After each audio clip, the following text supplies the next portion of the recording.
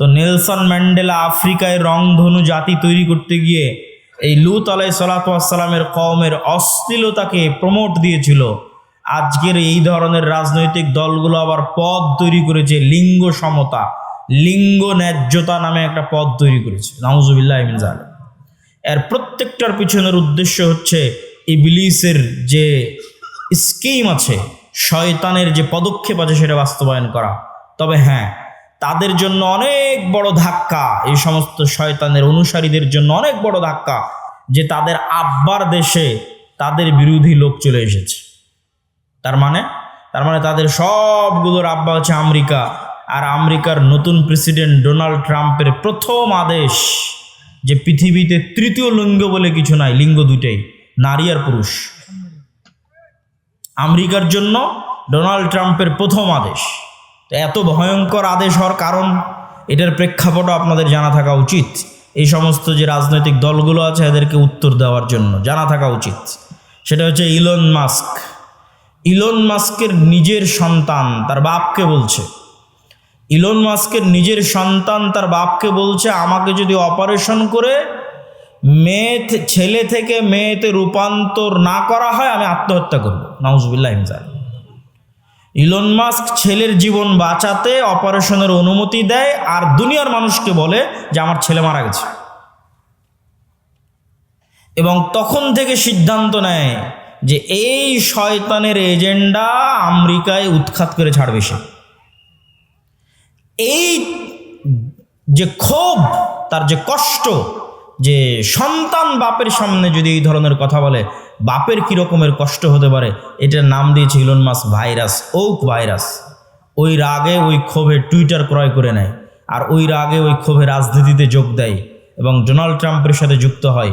এই জন্য Donald Trump ক্ষমতায় এসে প্রথম অধ্যাদেশ জারি করেছে, কোনো তৃতীয় লিঙ্গ বলে কিছু নাই, হয় নারী আর পুরুষ, আর বাইরে আর কিছু নাই, কোনো ট্রান্সজেন্ডার নাই, কিচ্ছু নাই। এখান থেকে আমাদের শিক্ষা নেওয়ার আছে যে আমাদের দেশে যারা অতি সেকুলার হয়ে, অতি উদার হয়ে মুসলিম দেশে রাজনীতি করবে, অথচ রেইনবো নেশনের নামে রাজনীতি করবে, লিঙ্গ সমতার নামে পদ তৈরি করে রাজনীতি করবে, এদের রাজনীতি করার অধিকার বাংলাদেশে নাই। আমি ওই দলকে নাম না নিয়ে উদাত্ত আহ্বান জানাবো যে বাংলাদেশের মানুষের মনোভাব, বাংলাদেশের মানুষের সামাজিক মূল্যবোধ বোঝার চেষ্টা করতে হবে। আল্লাহর চেয়ে শক্তিশালী কেউ নয়। আদ সামুদ জাতি ধ্বংস হয়ে গেছে, নূহ আলাইহিসসালাতু ওয়াসসালামের কওম, লূত আলাইহিসসালাতু ওয়াসসালামের কওম ধ্বংস হয়ে গেছে। অশ্লীলতা ছড়াতে চাইলে ধ্বংস হয়ে যেতে হবে। বক্তব্যের দ্বিতীয় অংশ, বক্তব্যের প্রথম অংশ শেষ, বক্তব্যের দ্বিতীয় অংশ, ইসলামী রাষ্ট্র। ইসলামী রাষ্ট্র প্রতিষ্ঠা করার বিষয়টা এখন বাংলাদেশে অন্যতম একটি আলোচিত ইস্যু। কেউ কেউ মনে করতেছে তারা ভোটের মাধ্যমে, রাজনীতি করে, গণতন্ত্রের মাধ্যমে ইসলামী রাষ্ট্র প্রতিষ্ঠা করবে। অথচ আমরা কোরআন এবং হাদিস পড়ে বুঝতেছি যে আপনি ততক্ষণ পর্যন্ত মুমিন হতে পারবেন না যতক্ষণ না আপনি তাগুতের কাফের না হবেন। আপনি ততক্ষণ মুমিন হতে পারবেন না যতক্ষণ না আপনি নিজেকে কাফের বলে ঘোষণা করবেন যে আমি তাগুতের কাফের। কে ঘোষণা করেছিল? ইব্রাহিম আলাইহিস সালাম ঘোষণা করেছিল, কাফারনা বিকুম, তোমাদের কাফের, তোমাদের মূর্তির কাফের। ইব্রাহিম আলাইহিসসালাতু ওয়াসসালাম ঘোষণা করেছিলেন তোমাদের কাফের, তোমাদের মূর্তির কাফের, এবং তিনি তার জাতির শিরক থেকে নিজেকে মুক্ত ঘোষণা করেছিলেন। এই জন্য আল্লাহ কোরআনে বলেছেন, আমাই ইয়াকফুর বিত্তাগুত, আগে তাগুতকে অস্বীকার করতে হবে, কাফের হতে হবে, ওয়ুমিন বিল্লাহ, তারপর আল্লাহর উপর ঈমান আনেন। আপনি যদি বলেন যে আমি রাষ্ট্রে ইসলাম প্রতিষ্ঠা করতে চাই, তো রাষ্ট্রে ইসলাম প্রতিষ্ঠার সবচেয়ে বড় শত্রু যেগুলো, এগুলোর কাফের হতে হবে। তো রাষ্ট্রে ইসলাম প্রতিষ্ঠার সবচেয়ে বড় শত্রু হচ্ছে গণতন্ত্র, রাষ্ট্রে ইসলাম প্রতিষ্ঠার সবচেয়ে বড় শত্রু হচ্ছে সমাজতন্ত্র, রাষ্ট্রে ইসলাম প্রতিষ্ঠার সবচেয়ে বড় শত্রু হচ্ছে সেকুলারিজম, ধর্মনিরপেক্ষ মতবাদ। মানুষ বলে গত 16 বছর অমুক এটা করেছে, গত 16 বছর অমুক এটা করেছে। এইটা কেন কেউ বলে না গত 16 বছর কি দেশ ইসলামী আইন অনুযায়ী চলতো? কথা বলেন, ইসলামী আইন অনুযায়ী চলতো? গত 16 বছর দেশ চলতো গণতান্ত্রিক নিয়ম অনুযায়ী, তাই নয় কি? গত 16 বছর দেশ চলতো ধর্মনিরপেক্ষ মতবাদ অনুযায়ী। তাহলে গত 16 বছরে আয়নাঘর কোনো ব্যক্তি তৈরি করেনি, গণতন্ত্র নিজে তৈরি করেছে। গত 16 বছর হাজারো লক্ষ মানুষকে গুম কোনো ব্যক্তি করেনি, ধর্মনিরপেক্ষ মতবাদ নিজে খুন এবং গুম করেছে। কিন্তু এইটা মুসলমানদের বুঝতে দেওয়া হয় না। মুসলমানদের সামনে একটা মূলা ঝুলিয়ে দেওয়া হয়, যখনই সিস্টেম কাজ করে না তখন ওই সিস্টেমের যে প্রধান থাকে ওর উপর রাগ উঠিয়ে দেওয়া হয়। তারপরে প্রধান যখন সরে যায় রাগ শেষ, সিস্টেম তো ওইটাই আছে। আপনাকে বুঝতে হবে যে গুম খুম আয়নাঘর সিস্টেম তৈরি করেছে, গণতান্ত্রিক সিস্টেম তৈরি করেছে, সেকুলার সিস্টেম তৈরি করেছে। এই সিস্টেম যদি থাকে জুলুম থাকবে, এই সিস্টেম যদি থাকে অন্যায় অবিচার থাকবেই থাকবে।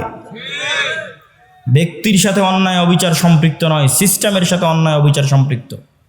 আমরা শুধু নামে স্বাধীন হয়েছি, কিন্তু নিয়ম কানুন শিক্ষা ব্যবস্থা আইন আদালত সব কিছু ব্রিটিশদের রেখে যাওয়া, ওই সিস্টেমেই চলতেছে। ব্রিটিশ আর্মিতে যে আইন ছিল ওই আইন পাকিস্তান আর্মিতে, পাকিস্তান আর্মিতে ওই আইন ইন্ডিয়ান আর্মিতে, ইন্ডিয়ান আর্মির আইন পাকিস্তান আর্মিতে, পাকিস্তান আর্মির আইন বাংলাদেশ আর্মিতে, সব জায়গায় ব্রিটিশ আইন চলতেছে। সম্মানিত উপস্থিতি, তাহলে আপনি যতক্ষণ ওই সিস্টেমের কাফের না হবেন ততক্ষণ আপনি ইসলামকে রাষ্ট্র ক্ষমতায় প্রতিষ্ঠা করবেন। এটা অলীক স্বপ্ন, এটা অলীক কল্পনা যে সেকুলারিজমের মধ্যে দিয়ে ইসলাম রাষ্ট্র ক্ষমতায় প্রতিষ্ঠিত হবে। বিকৃত ইসলাম প্রতিষ্ঠিত হতে পারে, কম্প্রোমাইজড ইসলাম প্রতিষ্ঠিত হতে পারে, অবিকৃত শক্তিশালী ইসলাম কখনো এই সমস্ত তন্ত্রমন্ত্র দিয়ে প্রতিষ্ঠিত হবে না, যে তন্ত্রমন্ত্রকে তৈরি করা হয়েছে ইসলাম যেন রাষ্ট্র ক্ষমতায় যেতে না পারে তার জন্য। 2 নাম্বার, রাষ্ট্র ক্ষমতায় ইসলাম প্রতিষ্ঠা করার কি আমরা মুসলমানেরা যোগ্য? এইটার উত্তর আপনাকে দিতে হবে। ইসলামের রাষ্ট্র ক্ষমতার ব্র্যান্ডিং হচ্ছে ন্যায় বিচার এবং সত্যবাদিতা। এটা হচ্ছে রাষ্ট্র ক্ষমতায় ইসলামের ব্র্যান্ডিং। মোহাম্মদ বিন কাসেম যখন সিন্ধুতে অভিযান করে, তারেক বিন জিয়াদ যখন স্পেনে অভিযান করে, ইতিহাস ঘেটে দেখেন যে সিন্ধুতে অভিযান করেছে ইসলাম প্রচারের জন্য না অন্যায় দূর করার জন্য? স্পেনে অভিযান করেছে, সিন্ধুতে অভিযান করেছে ইসলাম প্রচারের জন্য না অন্যায় দূর করার জন্য? ইতিহাস ঘেটে দেখবেন যে প্রত্যেকটা আক্রমণাত্মক যুদ্ধ হয়েছে ওই অঞ্চলের অত্যাচারিত মাজলুম মানুষকে মুক্তি দিয়ে তাদের মধ্যে ন্যায় প্রতিষ্ঠা করার জন্য। এমনকি বাংলাদেশে ইখতিয়ার উদ্দিন মোহাম্মদ বিন বখতিয়ার খিলজি থেকে শুরু করে শাহজালাল থেকে শুরু করে যারাই বাংলাদেশে অভিযান পরিচালনা করেছে তাদের প্রত্যেকের উদ্দেশ্য ছিল বাংলাদেশের মানুষকে জুলুম থেকে মুক্তি দেওয়া। এই একই কথা রাসূলুল্লাহ সাল্লাল্লাহু আলাইহি ওয়াসাল্লাম ঈসা আলাইহিস সালাতু ওয়াস সালামের ক্ষেত্রে বলে গেছেন যে ঈসা আলাইহিস সালাম যখন রাষ্ট্রনেতা হবেন তখন হাকামান মুকসিতা, সারা পৃথিবীতে ন্যায় বিচার প্রতিষ্ঠা করবেন। এটা হচ্ছে ইসলামের ব্র্যান্ডিং, যে ইসলাম রাষ্ট্র ক্ষমতায় গেলে ন্যায় বিচার প্রতিষ্ঠা হবে। তাহলে প্রশ্ন হচ্ছে, মুসলমান যদি নিজে ন্যায়পরায়ণ না হয় কিভাবে সে রাষ্ট্র ক্ষমতায় ন্যায় বিচার প্রতিষ্ঠা করবে? আপনাকে আমি আরও উদাহরণ দিয়ে বুঝাই, এখানে আপনারা উপস্থিত আছেন, উদাহরণগুলো বুঝবেন। বাবা মারা গেছে, বোন বাবার সম্পত্তিতে যা সম্পদ পাবে আপনি ন্যায়ের সাথে সেটি বুঝিয়ে দিয়েছেন কিনা? প্রশ্ন। আপনি আপনার আশেপাশের পাড়া প্রতিবেশী সবার দিকে তাকিয়ে দেখেন যে সে ন্যায়ের সাথে বুঝিয়ে দিয়েছে কিনা। একদল পাবেন দেয়নি, একদল পাবেন যদি দিয়ে থাকে তো দামি জমিটা নিজের কাছে রেখেছে, বিলের জমিটা বোনকে দিয়েছে। তাহলে এই যে ব্যক্তি যে সামান্য তার পরিবারে তার বোনের উপর ন্যায় প্রতিষ্ঠা করতে পারলো না, ওই ব্যক্তিকে যদি রাষ্ট্র ক্ষমতা দেওয়া হয় তাহলে গত 16 বছর যা দুর্নীতি হয়েছে তার চেয়ে বেশি দুর্নীতি করবে। গত 16 বছর যা জুলুম হয়েছে তার চেয়ে বেশি জুলুম করবে। ওকে দিয়ে কখনো রাষ্ট্র ক্ষমতা ইসলাম প্রতিষ্ঠিত হবে না, কেননা রাষ্ট্র ক্ষমতা ইসলাম মানে ন্যায় বিচার প্রতিষ্ঠা হওয়া। তো সে তো দুর্নীতিগ্রস্ত, সে কিভাবে ন্যায় বিচার প্রতিষ্ঠা করবে? আপনি সমাজে তাকিয়ে দেখেন যে প্রত্যেকটা সেক্টরে সেক্টরে, এলাকায় এলাকায়, সমাজে সমাজে যৌতুকের ভিত্তিতে বিবাহ হচ্ছে।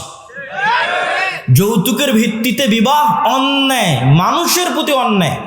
আমি এখন ন্যায় এবং অন্যায় বলতে সালাত সিয়ামের অন্যায় বুঝাচ্ছি না, এক মানুষের সাথে আর এক মানুষের প্রতি অন্যায়।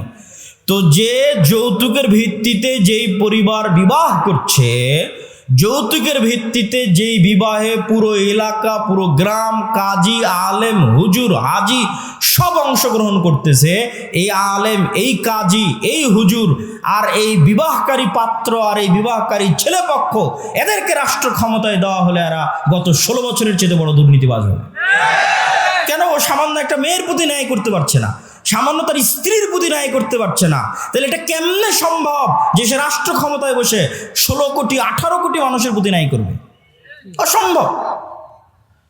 তো এই জন্য যদি মুসলমানেরা বলে যে আমাদের রাষ্ট্র ক্ষমতা দরকার, তাহলে মুসলমানদেরকে আগে উন্নত পার্সোনালিটি, উন্নত ব্যক্তিত্ব এবং ন্যায় পরায়ণ যে ব্যক্তিত্ব যা নবীদের ছিল, যা রাসূলদের ছিল, সেই ন্যায় পরায়ণ ব্যক্তিত্ব অর্জন করতে হবে, ন্যায় বিচার প্রতিষ্ঠা করার সক্ষমতা অর্জন করতে হবে। আপনি ইসলামী দলে যান, সংগঠনে যান, মসজিদে যান, মাদ্রাসায় যান, যত বিভেদ বিভক্তি আছে সেখানে যান, প্রত্যেকটা জায়গায় দেখবেন অন্যায় জড়িত। ইসলামী দলের আমির ওই কর্মীকে পদ দিয়েছে যে বেশি চামচামি করে, আর যে রাত দিন পরিশ্রম করেছে ওকে বের করে দিয়েছে। তাহলে সে তার দলে ন্যায় প্রতিষ্ঠা করতে পারেনি, ও রাষ্ট্রে কিভাবে ন্যায় প্রতিষ্ঠা করবে? জালেম। জুলম কখনো ইসলামী রাষ্ট্রের মানদণ্ড হতে পারে না, ন্যায় ইসলামী রাষ্ট্রের মানদণ্ড। আর সত্যবাদিতা, আপনি মুসলমানদের কাছে যান, ইউরোপ এবং আমেরিকায় বসবাসরত মুসলমান, অধিকাংশ মুসলমান তাদের কাফের রাষ্ট্রের কাছে, খ্রিস্টান রাষ্ট্রের কাছে মিথ্যা বলে অতিরিক্ত টাকা নিচ্ছে। মুসলমান মিথ্যা বলছে, সে নামাজ পড়ে, বলছে আমি কালেমা পড়ি, আশহাদু আল্লা ইলাহা ইল্লাল্লাহ বলে, আশহাদু আন্না মুহাম্মাদুর রাসূলুল্লাহ বলে, কিন্তু সেই মুসলমান মিথ্যা বলছে আর এক কাফেরের কাছে একটু টাকা বেশি নেওয়ার জন্য পুরো জীবনটা মিথ্যার উপর পার করে দিচ্ছে। আপনাদের এই নরসিংদী, নারায়ণগঞ্জ, রূপগঞ্জ অঞ্চলেও যেহেতু কিছুদিন থেকে থাকা হচ্ছে, সেহেতু দেখতেছি নির্বাচনের সময় মানুষ 2 এমপি পদপ্রার্থীর থেকে টাকা নিয়ে বলেছে তাকে ভোট দিবে। তার মানে সে মিথ্যুক। তাহলে একজন মিথ্যুক মানুষ কিভাবে নেতা হবে? একজন মিথ্যুক মানুষ কিভাবে দেশ ও জাতির দায়িত্ব নিবে? এটা অসম্ভব। আজকের যুগের মুসলমানদের ব্যক্তিত্ব মক্কার কাফের মুশরিকদের ব্যক্তিত্বের চাইতে নিম্নমানের। কিভাবে? এখনই আলোচনা শুনলেন আবু তালেব কাফের, আবু তালেব মুশরিক, কিন্তু একটা প্রমাণ দেখান দেখি যে আবু তালেব কোনোদিন মিথ্যা বলেছে? আবু তালেব কোনোদিন তার মুখের ওয়াদা রক্ষা করেনি। মুখের কথা রক্ষা করতে গিয়ে 3 বছর, মুখের কথা রক্ষা করতে গিয়ে 3 বছর ভাতিজার সাথে না খেয়ে জীবন পার করেছে। তার নাম আবু তালেব। মানে রক্তে নেতৃত্বের গুণ আছে। রক্তে কিসের গুণ আছে? নেতৃত্বের গুণ আছে। মিথ্যা বলে নেতা হওয়া যায় না, কথা রক্ষা না করে নেতা হওয়া যায় না। আবু তালেব নেতা, he is a by born leader, জন্মগত নেতা। জন্মগত নেতা দেখে মুখের কথার দাম রক্ষা করার জন্য ভাতিজার সাথে 3 বছর না খেয়ে জীবন পার করে দিয়েছে। আবু সুফিয়ান নেতা, লিডার, নেতৃত্বের যোগ্যতা আছে, কাফের মুশরিক, কিন্তু ব্যক্তিত্ব আছে। তার চিরন্তন শত্রুর বিরুদ্ধে মিথ্যা বলেনি। হিরাক্লিয়াসের দরবারে দাঁড়িয়ে আপনার একটা রাজনৈতিক দলের নেতাকে জিজ্ঞেস করেন, তার বিপরীত রাজনৈতিক দল সম্পর্কে যা বলবে 16 আনাই মিথ্যা। এই পুরো গণতান্ত্রিক রাজনীতি দাঁড়িয়ে আছে মিথ্যার উপর। পুরো গণতান্ত্রিক সিস্টেম দাঁড়িয়ে আছে মিথ্যার উপর। মিথ্যা না বললে গণতন্ত্র চলে না, মিথ্যা না বললে গণতন্ত্রে নেতা হওয়া যায় না, মিথ্যা এবং দুর্নীতি না করলে গণতন্ত্রে নিজের গদি টিকিয়ে রাখা যায় না। গণতন্ত্র সিস্টেমটাই এমন যে সিস্টেম আপনাকে মিথ্যা বলতে বাধ্য করবে। তো মিথ্যা বলে আপনি কিসের নেতা হবেন? কিসের রাষ্ট্রে ইসলাম প্রতিষ্ঠা করবেন? অন্যায় করে মিথ্যা বলে রাষ্ট্রে ইসলাম প্রতিষ্ঠা করা সম্ভব নয়। মুসলমানরা যদি বলে যে আমরা রাষ্ট্রে ইসলাম প্রতিষ্ঠা করতে চাই, তাহলে আগে মুসলমানদেরকে দায়িত্ব নিতে হবে যে তারা ইনজাস্টিস, অন্যায়ের বিরুদ্ধে শক্ত থাকবে। যেমন আজকে নরসিংদীর যুবকেরা যদি বলে যে হ্যাঁ তারা রাষ্ট্রে ইসলাম প্রতিষ্ঠা করতে চায়, তাহলে তুমি আগে নিশ্চিত করো যে তোমার নরসিংদীর নোয়াগাঁওয়ে কোথাও যেন একটা মেয়েরও যৌতুকের ভিত্তিতে বিবাহ না হয়। জুলম হবে আর মুসলমান চাইয়ে দেখবে ওই মুসলমানকে আল্লাহ নেতা বানাবে, নাউজুবিল্লাহ মিন যালিক। জুলম হবে, মুসলমান চাইয়ে দেখবে আর সেই মুসলমানকে আল্লাহ নেতা বানাবে ইসলামের নামে, আস্তাগফিরুল্লাহ আল আযীম। তুমি যদি বলো রাষ্ট্রে ইসলাম প্রতিষ্ঠা করতে চাই, তো ওখানে মৃত্যুবরণ করেছে, ওই মৃত্যুর জানাজায় উপস্থিত হয়ে ওর মেয়েকে তার সম্পত্তি বুঝিয়ে দিতে বাধ্য করে তারপর উঠে আসো। ডিসেন্ট্রালাইজেশন, কেন্দ্রীয় রাষ্ট্র ক্ষমতাকে ডিসেন্ট্রালাইজেশন করো, বিকেন্দ্রীকরণ করো, নিজের পরিবার নিজের সমাজে ন্যায় প্রতিষ্ঠা করো। একবার ন্যায় প্রতিষ্ঠা করার সংগ্রামে নেমে গেলে আল্লাহ তোমাকে রাষ্ট্র ক্ষমতা এমনি দিয়ে দিবে ইনশাআল্লাহ। কেননা তখন তুমি যোগ্য বিবেচিত হয়ে যাবা, সত্যবাদী ব্যক্তি, ন্যায় প্রতিষ্ঠাকারী ব্যক্তি আল্লাহর দরবারে যোগ্য বলে বিবেচিত হবে নেতা হওয়ার। আর যদি ওই কম্প্রোমাইজ করার স্বভাব না থাকে, যে গণতন্ত্রের সাথে কম্প্রোমাইজ, সমাজতন্ত্রের সাথে কম্প্রোমাইজ, সেকুলারিজমের সাথে কম্প্রোমাইজ, ধর্ম বিক্রি করে দেওয়ার সাথে কম্প্রোমাইজ, নিজের দিনের উপর আত্মবিশ্বাস নাই, তখন আমি শিখতে বলেছি যুবকেরা, নিজের দিনের উপর আত্মবিশ্বাস ফিরিয়ে আনতে তোমরা দুটো জাতিকে দেখবা, একটা ইহুদি আর একটা হিন্দু। দূরের কথা বাদ দিলাম, আজকে পার্শ্ববর্তী দেশ ভারতের কথাও যদি ধরি, যে বিজিবি এবং বিএসএফ এর সীমান্তে যে গন্ডগোল, এই গন্ডগোল নিয়ে ফেসবুকে যুবকেরা লেখালেখি করছে, হাসি ঠাট্টা ট্রল করছে যে ভারতের হিন্দুরা গরুর মূত্র পান করে, এটা নিয়ে হাসি ঠাট্টা এবং ট্রল। তো আমার কথা হচ্ছে, ভারতের ওই হিন্দু যে গরুর মূত্র পান করে, ওর গরুর মূত্র পান করা একটা ভ্রান্ত কাজ হলেও এই ভ্রান্ত কাজের উপর ওর বিশ্বাস কত অটল, ওর বিশ্বাস কত অবিচল, যে একটা ভ্রান্ত কাজকে রাষ্ট্রে পর্যন্ত প্রতিষ্ঠিত করেছে। আর তুমি কত বড় মরদ, কত বড় সাহসী, যে তোমার নবীর সুন্নাত না তোমার জীবনে, না তোমার বাড়িতে, না তোমার পরিবারে, না তোমার রাষ্ট্রে, তো তুমি কিসের সাহসী, কিসের বীর পুরুষ? বীর পুরুষ সেই যে তার নিজের দিনের উপর অটল। ইহুদিদেরকে দেখে আসো যে তার দিনের কোনো একটা বিষয়ে ছাড় দেয় কিনা। সারা পৃথিবীতে সুদী অর্থনীতির গুরু তারা, অথচ নিজেরা কোনোদিন সুদ নেয় না, নিজেরা কোনোদিন সুদী লেনদেন করে না। কেন? তারা জানে সুদ মানুষকে গোলাম বানায়, সুদ মানুষকে কৃতদাস বানায়। আল্লাহর নবী নিজে সুদ মানুষকে যে গোলাম বানায়, কৃতদাস বানায়, তার দলিল দিয়ে গেছে। আপনি বলবেন কিভাবে, কোথায় দলিল? জি, আমি দলিল দেখাচ্ছি। তার আগে বলে নেই, বাংলাদেশের মুসলমানদের সমাজগুলোতে যদি যাবেন, তাহলে এনজিও আর ক্ষুদ্র ঋণে পরিপূর্ণ। তাহলে এই যে এনজিওর মাধ্যমে কিস্তির ভিত্তিতে ক্ষুদ্র ঋণে যুক্ত হয়ে গেছে, ও গোলাম হয়ে গেছে। ও জীবনে কোনো দিন আর নেতা হতে পারবে না, কোনো দিন না। কিভাবে গোলাম হয়ে গেছে? রাসূলুল্লাহ সাল্লাল্লাহু আলাইহি ওয়াসাল্লাম যখনই দোয়া করতেন, আল্লাহর কাছে পরিত্রাণ চাইতেন কর্জ থেকে, আল্লাহুম্মা ইন্নী আউযু বিকা মিনাল মা'সামি ওয়াল মাগরাম, আল্লাহ কর্জ থেকে পরিত্রাণ চাই। আল্লাহর নবীকে জিজ্ঞেস করা হলো, কেন কর্জ থেকে পরিত্রাণ চান এত? আল্লাহর নবী বললেন, ইজাস্তাদানা রাজুল, মানুষ যখন কর্জ নেওয়া শুরু করে, বাদা ইউকাযযিব, মিথ্যা বলা শুরু করে। আল্লাহর নবী বললেন, যখনই কর্জ নেওয়া শুরু করে, মিথ্যা বলা শুরু করে, 1 টাকা 10 টাকা 15 টাকা 20 টাকা কর্জ নিয়েছে, পরের দিন টাকা চাইতে যাবে, মিথ্যা বলবে। মিথ্যা বলবে না? মিথ্যা বলবে। নিজে মিথ্যা বলবে, তার পরিবারকে মিথ্যা বলাবে, তার ছেলে মেয়েকে মিথ্যা বলাবে, তার স্ত্রীকে মিথ্যা বলাবে। পুরো একটা পরিবার মিথ্যার উপর গড়ে উঠতেছে। আর শুরুতেই প্রমাণ করে দিয়েছি যে মিথ্যা বলেও নেতা হয়। আবু তালেব মিথ্যা বলতো, আবু সুফিয়ান মিথ্যা বলতো, কাফের মুশরিক অবস্থায় মিথ্যা বলেনি। নেতা, তার নাম নেতা। যে মিথ্যা বলে সে কোশ্চিন কালেও নেতা হতে পারে না, আল্লাহ কখনো তাকে নেতা বানাবে না। তাহলে কর্জ নেওয়া মানে মিথ্যা বলা শুরু। পুরো একটা পরিবার যখন মিথ্যার উপর চলে, তখন ওই পরিবার থেকে কোশ্চিন কালেও না তারেক বিন জিয়াদের জন্ম হবে, না ওমর ইবনুল খাত্তাবের জন্ম হবে, না মোহাম্মদ বিন কাসিমের জন্ম হবে। নেতার জন্ম হবে না, গোলামের জন্ম হবে, কৃতদাসের জন্ম হবে। সম্মানিত উপস্থিতি, এই জন্য যুবকদেরকে শক্ত হতে হবে, নিজের দিনের উপর কট্টর, নিজের দিনের উপর সেলফ কনফিডেন্ট, আত্মবিশ্বাসী হতে হবে। এবং আত্মবিশ্বাসী হয়ে সমাজ থেকে, পরিবার থেকে যত অন্যায় অনাচার অবিচার আছে, এই অন্যায় অনাচার অবিচারের বিরুদ্ধে আন্দোলন গড়ে তুলতে হবে। এই আন্দোলন করেছিল তিতুমির, এই আন্দোলন করেছিল হাজী শরীয়তুল্লাহ, এই আন্দোলন করেছিল সৈয়দ আহমদ বেরেলভি, এই আন্দোলন করেছিল শাহ ইসমাইল শহীদ। অন্যায়ের বিরুদ্ধে আন্দোলন করেন, অন্যায়ের বিরুদ্ধে আন্দোলন আপনাকে রাষ্ট্র ক্ষমতায় পৌঁছে দিবে। আল্লাহ সুবহানাহু ওয়া তাআলা কবুল করুক, আল্লাহুম্মা আমিন। বক্তব্যের শেষ পয়েন্ট, বক্তব্যের শেষ পয়েন্ট হচ্ছে দীর্ঘমেয়াদী পরিকল্পনা।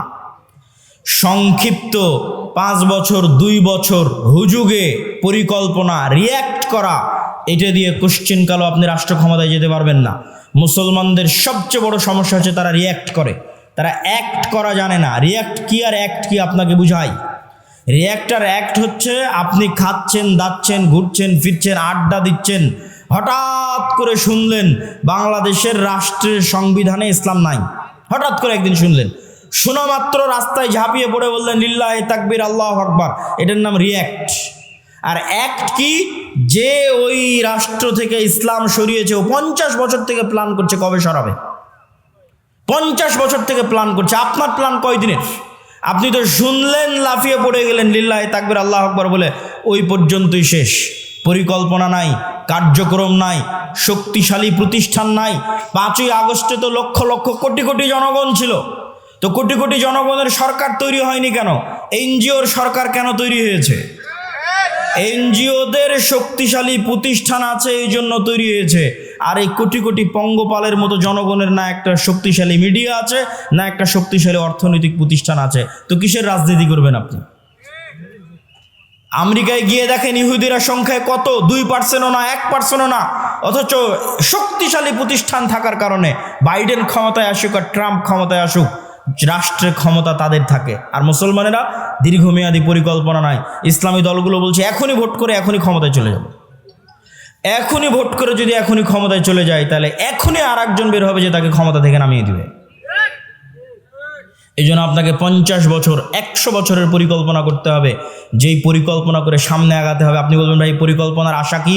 এই পরিকল্পনার আশা হচ্ছে আপনি শতভাগ নিশ্চিত থাকেন গণতন্ত্র কোনোদিন গণতন্ত্র দিয়ে ন্যায় বিচার প্রতিষ্ঠা হতে পারে না। কোনোদিন ধর্মনিরপেক্ষ মতবাদ দিয়ে ন্যায় বিচার প্রতিষ্ঠা হতে পারে না। নতুন আর যত তন্ত্রমন্ত্র সংবিধানে ঢুকানো হচ্ছে, এগুলো দিয়ে ন্যায় বিচার প্রতিষ্ঠা হবে না। ন্যায় বিচার একমাত্র শতভাগ প্রতিষ্ঠা হবে ইসলাম দিয়ে। তাহলে যতদিন গণতন্ত্র আছে ততদিন অবিচার অন্যায় থাকবে, যতদিন ধর্মনিরপেক্ষ মতবাদ আছে ততদিন অন্যায় অবিচার থাকবে। আর যতদিন অন্যায় অবিচার থাকবে ততদিন এরকম 5ই আগস্ট বারবার আসবে। 15 বছর পর আসবে, 20 বছর পর আসবে, 30 বছর পর আসবে। ওই 30 বছর পর যখন আসবে তখন যেন আপনার জন্য সুযোগ থাকে। এই জন্য এখন থেকে দীর্ঘমেয়াদী পরিকল্পনা করতে হবে। এই দীর্ঘমেয়াদী পরিকল্পনায় হবে মুসলিম উম্মার নাজাতের মাধ্যম, বাংলাদেশের মুসলমানদের নাজাতের মাধ্যম। আল্লাহ সুবহানাহু ওয়া তাআলা কবুল করুক, আল্লাহুম্মা আমিন। 2 মিনিট থেকে 5 মিনিটের মধ্যে জরুরি কয়েকটি কথা বলে বক্তব্যের শেষের দিকে চলে যাব। মাসিক আল ইতিসামের নিয়মিত লেখালেখি আমি করি, আপনাদের শ্রদ্ধেয় উস্তাদজি করে। মাসিক আল ইতিসামের ফতোয়া দেশ বিদেশের বড় বড় আলেমদের মাধ্যমে সম্পাদিত হয়।